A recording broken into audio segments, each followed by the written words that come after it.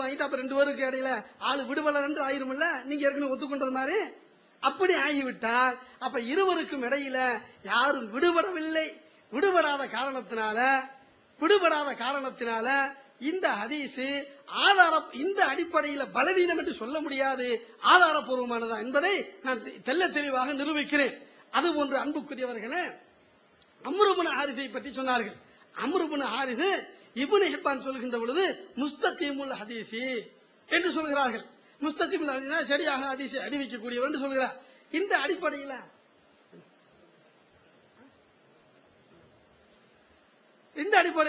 அதுவும் ஆதாரபூர்வமானதா.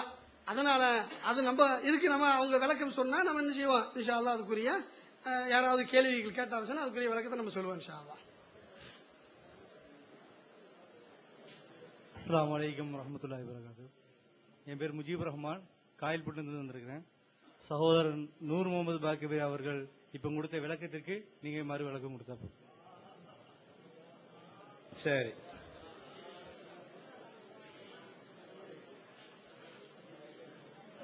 மார்க்கத்தை அறிந்து கொள்வதில் நல்ல ஆர்வம் இருக்குங்கிறது இப்ப தெரிகிறது. மக்கள் ரொம்ப ஆர்வமா இருக்கிறார்கள். அதாவது ஒரு அடிப்படையான நேற்று நான் சுட்டிக்காட்டின ஒரு அடிப்படையான விஷயம், நாம ஒரு வாதம் செய்தால் முதலில் அதை நாம் சரியானது என்று நம்ப வேண்டும். என்னிடத்தில் சரியில்லை அவரிடத்தில் சரின்னு நினைக்கக்கூடியதை நான் ஆதாரமா வைக்கக்கூடாது. நான் எதை சரியில்லை நினைக்கிறேனோ அதையே இதுதான் எங்களுக்கு ஆதாரம் வச்சா அது இரையச்சமற்ற ஒரு செயல் என்பதை நான் சொன்னேன். அந்த அடிப்படையில் இப்ப நான் ஒரு ஹதீஸ், அவர் சொன்ன ஹதீஸை பற்றி விமர்சிக்கிறேன். அதுக்கு என்ன ஒரு பதில் சொல்றாருன்னு கேட்டா, இதான் உங்க நிலைப்பாடா, நேற்று மட்டும் வேற சொன்னீங்களே அப்படிங்கறத ஒரு பதில் ஆக்குறாரு. ஆனா அது வேற இது வேற சம்பந்தமே கிடையாது.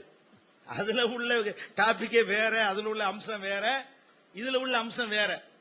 ரெண்டையும் கம்பேர் பண்ணி நேற்று நீங்கள் அதுல விடுபட்டிருக்கிறார் என்று பலவீனமானவரை வைத்து நிரூபித்தீர்களே அப்படிங்கிறார். இது கொஞ்சம் ட்ரையான விஷயம்தான். அதனால கொஞ்சம் கூட டைம் எடுத்து தான் சொல்ல வேண்டியிருக்கும், கொஞ்சம் ரிப்பீட்டும் பண்ணியும் சொல்ல வேண்டியிருக்கும். சரியா, போராக நீங்க எடுத்துக்கொள்ள கூடாது. அதாவது என்னன்னு கேட்டா, நேற்று உள்ள செய்தியை முதல் நான் சொல்லிடுறேன். அப்பதான் என்ன அவர் சுட்டி காட்டினது உங்களுக்கு சிலது விளங்காம இருக்கும். ஷார்ட் டயத்துக்காக அவர் சொல்லிட்டாரு. அதான் நேற்று உள்ள செய்தி என்னன்னு கேட்டா, அந்த அபுதாவுதுல வரக்கூடிய 200 திர்ஹம் ஹதீஸ் இருக்குல்ல, இந்த 200 திர்ஹம் ஹதீஸை அவர் எடுத்து வச்சார்.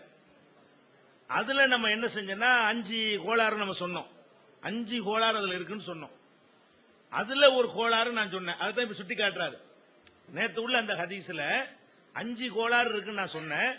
அதுல 5ல ஒரு உதாரணத்தை சுட்டி காட்டி, அதுல மட்டும் நீங்க சொன்னீங்களே, இதுல மட்டும் நீங்க எப்படி கேட்கறீங்கன்னு கேட்கிறாரு.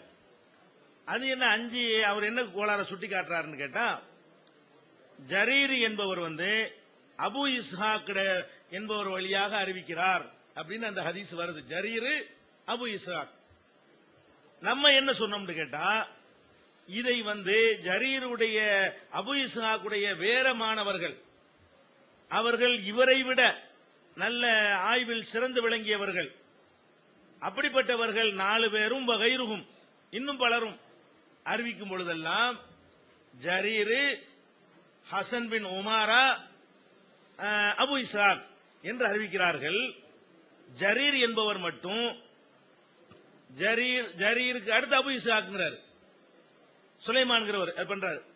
இப்ப இதுல என்ன பண்றோம்னு கேட்டா, இப்ப இவ்வளவு முக்கியமான ஆட்கள் எல்லாம் ஜரீருக்கும் அபு இஸ்ஹாக்கும் இடையில ஒரு ஆளை சொருவி இருக்கும் பொழுது, இவர் மட்டும் அதை விட்டுட்டு சொல்லும் பொழுது, இங்க ஒரு ஆள் விடுபட்டு இருக்கிறாரு, ஒரு ஆசிரியரிடமிருந்து பலர் கேட்கிறாங்க, பலரும் அறிவிக்கிறதுக்கு மாத்தமா ஒரு ஆள் அறிவிக்கிறாரு, அப்ப இங்க ஒரு ஆள் விடுபட்டு இருக்குன்னு நான் சொன்னேன்.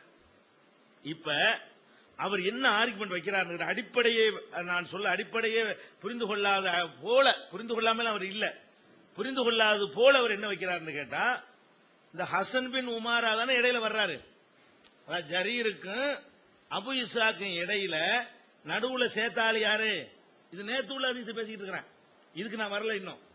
அதுல ஹசன் பின் உமாரான்னு வர்றாரு. ஹசன் பின் உமாரா தான் பலவீனமான ஆளா போயிட்டாரு, அவரை வச்சுட்டு நீ எப்படி இதை ஹதீஸை நிரூபிக்க போறியான்னு அவர் கேட்கிறாரு. ஹதீஸை நிரூபிக்கிறதுக்காக வேண்டி இந்த ஹசன் பின் உமாராவை நம்ம சொல்லல, ஹசன் பின் உமாராவை வச்சு வேற எதுவும் நம்ம நிரூபிக்கல. நிரூபிப்பதெல்லாம் நம்பிக்கையான ஹர்மலா, ஐயூபு, நஸ்ரு, சஹ்னூன் இது மாதிரியான அறிஞர்கள் சொன்னதை வச்சுதான் இங்கன விடுபட்டவர் ஒரு பலவீனமான கண்டுபிடிக்கிறோம்.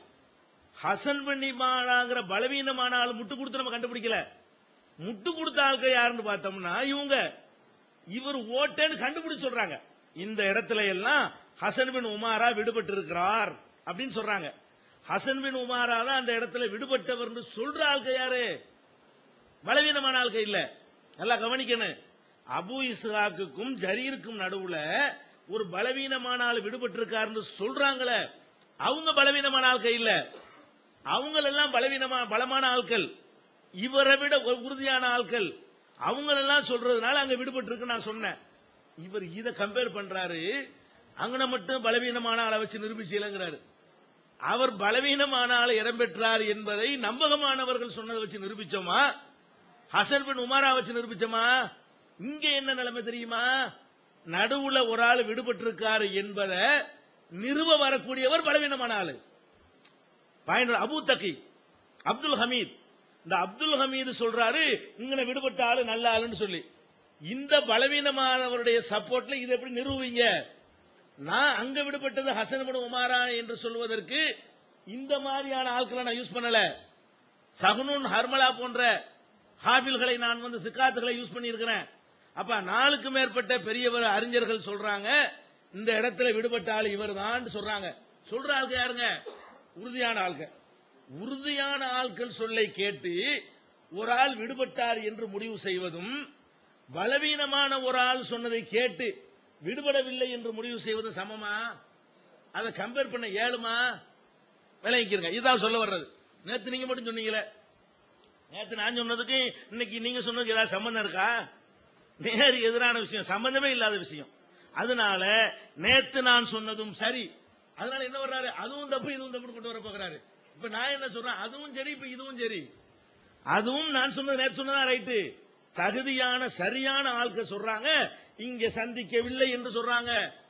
அப்ப காலத்தால் ஒன்றுபட்டு நேற்று சொன்ன விதியை முஸ்லீமுடைய விதின்றாரு, அதுல நேற்று தெளிவா விளக்கி இருக்கிறேன். காலத்தால் சந்திக்க முடிந்தாலும் சந்திக்கலை என்று உறுதிப்படுத்தப்பட்டிருக்குமே, ஆனால் அப்ப அதுதான் எடுத்துக்கொள்வோம் என்று சொல்லி இருக்கிறேன். அதன் அடிப்படையில் தான் அந்த ஜரீரும் அபு இசாக்கு சம்பந்தப்பட்ட 200 திர்ஹம் பற்றிய ஹதீஸ் அறிவிப்பாளர் வரிசை விடுபட்டது என்று 3வது பலவீனத்தை நான் நிரூபித்தேன். அதுக்கு பதில் சொல்லல, இதை வச்சு அதை முட்டு கொடுக்க பாக்குறாங்க. இது வேற அது வேற ஃபர்ஸ்ட் விஷயம். இப்ப இதுக்கு வருவோம். இந்த ஹதீஸ்ல அறிவிப்பாளர் விடுபடலை என்பதுதான உங்க கொள்கை அப்படிங்கிறாரு. எங்க கொள்கை அது கிடையாது. தெளிவா ஏகத்துவத்தில் அப்படி எழுதவும் கிடையாது. நாங்க என்ன எழுதணும், இந்த பலவீனத்தை நம்ம கண்டுகொள்ளல, தெரியல, கவனிக்கலன்னு சொல்லி இருக்கிறோம். பலவீனம் தான். விடுபட்டிருக்கிறார் என்பதை விடுபடவே இல்ல, அவர் தப்பா சொல்லிட்டாருன்னா நாங்க சொல்றோம் விடுபட்டார் தான். நாங்க 4 குறைய பண்ணிருக்கோம், அவர் ஒரு குறையை சேர்த்து சொல்லி தந்துட்டாருன்னா நாங்க சொல்றோம் 5 குறைண்டு. அதனால நம்ம ஏற்கனவே இவர்கள் சந்தித்து இருக்கிறார்கள் என்று இவர்கள் ஒத்துக்கொண்டார்கள். எங்க ஒத்துக்கொண்டோம்? ஒத்துக்கொள்ளவே இல்ல. அதை நாங்க சொல்லாம அவரா கண்டுபிடிச்சு தந்துட்டாருன்னு சொன்னோம். பயன் வழங்குதா? அவரா கண்டுபிடிச்சு தந்துட்டாரு தான் எழுதி இருக்கிறோம். அதனால ஏற்கனவே இவர்கள் நம்பிக்கை என்ன தெரியுமா, 2 பேரும் சந்தித்து பேசிக் கொண்டார்கள் என்பதுதான் நம்பிக்கைங்கிறார். அப்படி நம்பிக்கை அப்படி இல்ல. எங்க கொள்கை அது இல்ல. அவங்க 2 பேரும் சந்திக்கவில்லை என்பதை தகுந்த ஆதாரங்களோடு அவர் ஆய்வு செஞ்சு, அதை காலம் மட்டும் பத்தாது, சந்திக்க சான்ஸ் இல்ல என்பதை எல்லாம் முடிவு செஞ்சுதான் அவங்க தொடர்பே கிடையாது, சந்திச்சது கிடையாது, விடுபட்டு தான் இருக்கிறார், இது உண்மைதான் அப்படின்னு நிரூபித்து இப்ப பேச்சுக்காக வேண்டி மாறினது என்னங்க? இது என்னங்கிற இதான் ஆர்குமெண்டா? இதான் இந்த புஸ்தகத்தில் போட்டுட்டு இப்ப சந்திக்கலன்னு சொன்னோட இந்த அதாவது சந்திக்க சான்ஸ் இல்லை, அது அங்க எழுதியிருக்கான சான்ஸ் ஏன் இல்லைன்னு சொல்லி. அப்ப நீங்களே சொல்றீங்க சந்திக்கலன்னு காரண காரியத்தோட விளங்கி புரிந்து அது விடுபட்டு தான் இருக்கிறது. அது என்ன வகையில எல்லாம் கொண்டு வர்றாங்க? அவரை கொண்டு முட்டுக்கு வர்றாங்க, இவரை கொண்டு முட்டு கொடுக்கறாங்க. அதெல்லாம் எது கொடுத்தீங்க? சந்திக்கலன்னு நினைச்சுதானே முட்டு கொடுத்தீங்க. சந்திச்சு இருக்கிறாங்கன்னு காட்டுவதற்கு தானே அந்த ஹதீஸ்ல அப்படி சேர்ந்து வருது. இந்த ஹதீஸ் சேர்ந்து வருதுன்னு சொன்னீங்க. இது ஒரு முதல் விஷயம். அதனால சந்திக்கலை என்பதுதான் சரி. காலம் மட்டும் ஒத்திருந்தா பத்தாது. அறிவிப்பாளர் விடுபட்டுள்ளார் என்பதுதான் சரி. விடுபட்டதை கொண்டு நிறுவ முடியாது.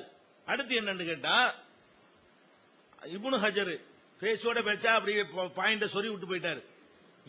என்னிடத்தில் ஒரு நுஸ்கா இருக்குன்னு இப்னு ஹஜர் சொல்லி இருக்கும் பொழுது அதை நானாவா சொன்னேங்கிறாரு. இப்னு ஹஜர் அப்படி சொல்லியிருக்காரா? என்னிடத்தில் ஒரு நுஸ்கா இருக்கு சொல்லியிருக்கிறாரு. இப்னு ஹஜர் அப்படி சொல்லவே இல்லை. இவங்களுக்கு அர்த்தம் தான் கொடுத்தாங்க. இப்னு ஹஜர் அஹ்ரஜ் அபூதாவுது தபரானி தான் சொன்னாரு. இவர் என்ன சொல்றாரு? இப்னு ஹஜர் எத்தனை இடங்களிலே வஃபி நுஸ்கத்தின் என்கிறார். அது மாதிரி அவர் சொல்லி இருக்கிறார். இப்னு ஹஜர் இன்னொரு நுஸ்காவில் இப்படி இருக்குன்னு சொல்லி இருக்கிறாரு. அதை தான் நான் எடுத்து சொன்னேன்னு மனசார சொல்றாரு. இப்னு ஹஜர் இன்னொரு நுஸ்காவுல இப்படி இருக்குன்னு சொன்னதை எடுத்து காட்டணும். இப்னு ஹஜர் அபூதாவுடைய இன்னொரு நுஸ்காவுல இருக்குன்னு சொல்லி அவர் சொன்ன வார்த்தையை எடுத்து காட்டணும்.